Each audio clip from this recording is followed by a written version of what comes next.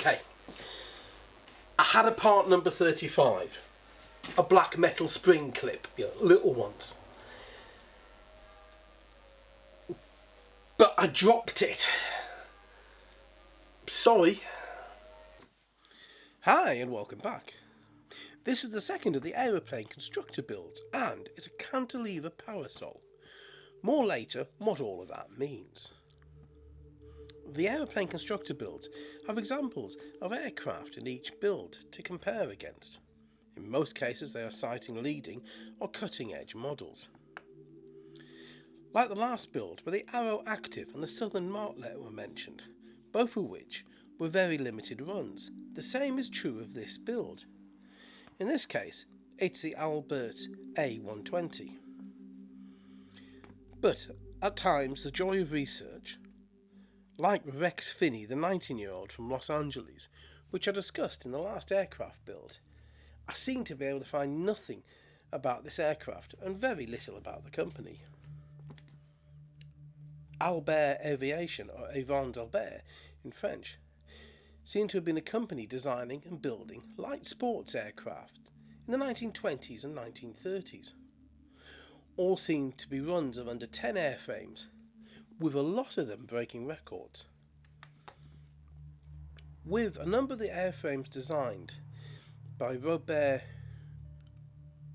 Duhamel, a name that appears again and again alongside airframes from several companies.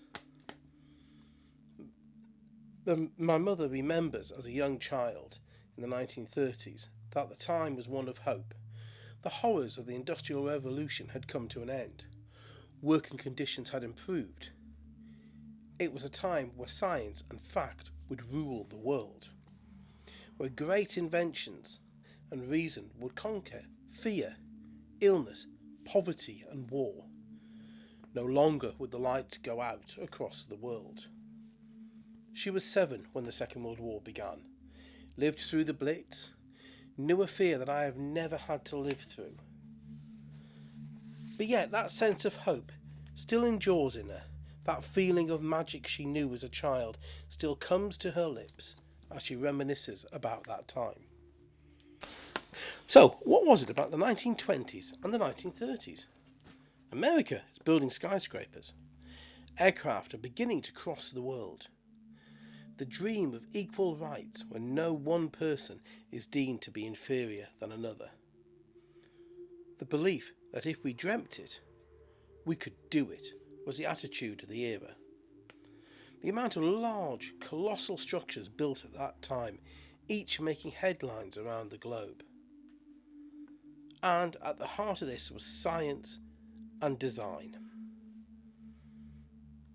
And across time, physics would prove, time and time again, that design and ideas are trumped by some very basic laws of nature. Or, just because you dream it, doesn't mean you can do it. The 1932 May edition of the Meccano magazine ran an article, Aviation of the Future, in which it discussed the use of skyscrapers being used as landing grounds for aeroplanes. The picture of some futuristic mid-wing monoplane descending at a steep angle of approach to the flat top of a skyscraper appears in the article. The article is a wonderful discussion of ideas, theories, and things that could just never happen because of science. Discussing the fact that even in 1932, the question of how long oil would last for was already an important point. Even though the theory they have of distilling fuel from coal might not have seemed the best ideas, but out of interest, that is happening. So meccano called that one correctly 90 years ago. They put forward an idea of adding nitrogen into the fuel mix. The idea was to produce a cleaner burning fuel to generate more power. Avgas, or aviation fuel as we know it, hadn't been invented by that point. The other idea is diesel engines. Already the thought of using airships was being pushed to one side. but considering that there had been nearly 350 deaths over a 35-year period, with the loss of R101 and the 48 people who died in the crash still fresh in the minds of British people then, is understandable. Also, an idea called a photoelectric cell is discussed. Of course, to us, this is a solar panel, but at the time it was cutting-edge science, almost science fiction. The idea they have of having gigantic solar gatherers in the tropics, where the power could be harvested and then transported via enormous underground cables to anywhere on the Earth. Aeroplanes would be powered by electric motors, and when they touched down at airports, instead of refueling with avgas, the internal batteries would be recharged. This is great in theory, but in practice you lose power when conducting it over long distances. But the idea is interesting considering the age in which it was dreamt.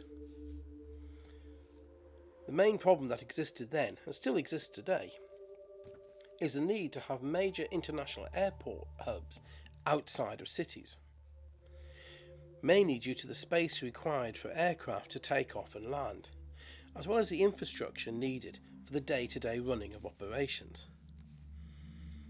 But in the early 1930s, there was a plan to build an airport in the middle of London, with 4 runways, each runway being half a mile in length and 250 feet in width, built in a circular fashion. From the air, it would look like a gigantic, old-fashioned wagon wheel. The place intended for this airport is Camden Town, northwest of King's Cross and St Pancras stations. It was to have access to the rail goods yards of both stations and the Regent Canal. Here is the insane part. It was to be a high-rise airport built some 120 feet or nearly 40 metres above street level. Constructed from steel trusses built in a lattice work, the runways were to be constructed from poured concrete. A high parapet was to be built along the sides to stop the risk of people or aircraft plummeting from the surface to the ground below. Large hangars were to be built inside the support legs that were to hold the construction above ground. Planes would be lowered by elevators into the hangar for refuelling and passenger embarkation. Under the airport was to be London's largest omnibus station and also a station for a national fleet of coaches. The buildings that existed at the time in Camden Town were to be demolished and new buildings built within the area of the airport, including hotels, warehouses, garages and accommodation. Covering from Camden High Street over to St Pancras Way, the area is colossal. And what a target for the Luftwaffe during World War II. Needless to say, the airport was never built, and only models of it ever existed. They were displayed in several underground stations, including Charing Cross. The models were lit using the meccano lighting sets M280. The estimated cost for the project was £5 million in 1933. Today, that would be just short of £2 billion. And I can see the project running over budget as well. Other airports were suggested around London, with the idea of closing one of the parks and converting it into runways. But it was felt that the public outcry would be too great. In the summing up of the article, the Meccano magazine predicts the future correctly. When they discussed the new technologies of the autogyro and the helicopter, they saw the future of smaller landing areas and less impact on the surrounding area. But did London miss out on something? It would have been an amazing sight to see. And something of a white elephant. The GDP of Great Britain in 1933 was $5 billion. And I feel that this would have been a propaganda stunt to show off to the rest of the world. And for what return? By the 1970s, it would have been unusable for anything save helicopters and light private aircraft. I said at the beginning that I would discuss what a cantilever Parasol monoplane was. Normally you have a low, mid or high wing monoplane. The Parasol is where the body hangs from the wings but is not attached to the wings to give rigidity. Avons Albert were exploring the effects on performance of not having the body of the aircraft attached to the wings with the A120. The cantilever part explores Newton's third law. For every action, there is an equal and opposite reaction. So instead of the body of the aircraft absorbing the stresses of flying, the other half of the wing absorbs it. And this model, I feel, captures it wonderfully. Because as you're turning the model around to finish it off, you can feel the effects on the wings of the stress of even simple movements. There is something about these models. I love them. Even to the point of having to school myself not just to go on a mass bender and build all of them in one go. At one a week it would take about a year. And get a bit boring to watch. So I'm aiming at around one per month. But there's a real sense of joy from these builds. A level of satisfaction that I don't always get from other builds. Maybe I can feel some of that sense of excitement that my mother felt at the time. They are truly large and impressive builds. I don't feel the camera captures that well enough, and some of the later builds are yet still bigger. By 1941, the requirements of the Second World War had stopped Meccano from construction of toys, and Binns Road had turned its production to other things. And after the war, the aeroplane and car construction kits had vanished, with meccano returning to the older style of outfits.